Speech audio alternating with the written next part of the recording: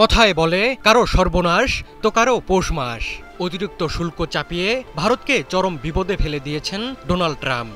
স্মরণকালে এমন বাণিজ্যিক আঘাত আগে পায়নি ভারত। তবে ভারতের উপর ট্রাম্পের খড়গ সাপেবর হয়ে এসেছে বাংলাদেশের জন্য। খোদ ভারতীয় সংবাদ মাধ্যম ইন্ডিয়ান এক্সপ্রেস দিয়েছে এমন তথ্য। ফলে ভারতকে টেক্কা দিয়ে আমেরিকার পোশাকের বাজারে আধিপত্য দেখানোর সুযোগ এখন বাংলাদেশের সামনে।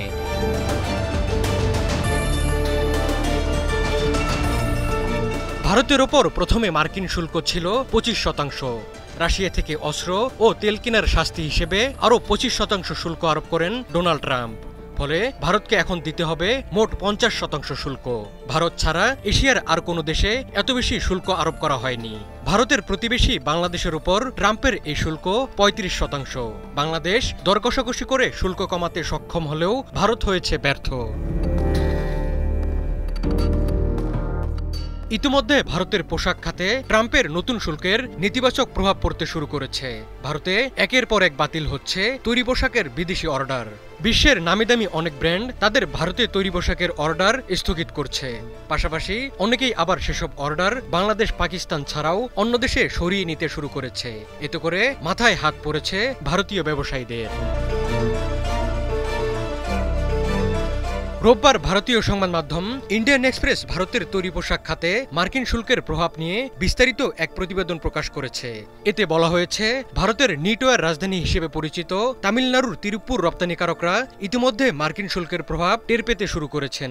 সেখানকার রপ্তানিকারকরা বলছেন, তৈরি পোশাকের অনেক ক্রেতা দীর্ঘদিন ধরে নতুন নতুন অর্ডার দিয়ে এলেও বর্তমানে তারা অর্ডার স্থগিত করছেন। সেসব অর্ডার চলে যাচ্ছে বাংলাদেশ, পাকিস্তান, ভিয়েতনাম এবং কম্বোডিয়ার মতো প্রতিদ্বন্দ্বী দেশগুলোতে। ট্রাম্প ভারতের উপর 50% শুল্ক আরোপ করায় সুবিধাজনক অবস্থান পেয়েছে বাংলাদেশ। কেননা যুক্তরাষ্ট্রে তৈরি পোশাক রপ্তানিতে বাংলাদেশের প্রধান প্রতিদ্বন্দ্বী ভারত। যুক্তরাষ্ট্রে বাংলাদেশের রপ্তানি পণ্যের 80% তৈরি পোশাক। অর্থাৎ ভারত যুক্তরাষ্ট্রের বড় বাজার হারালে সেটি চলে আসবে বাংলাদেশের হাতে।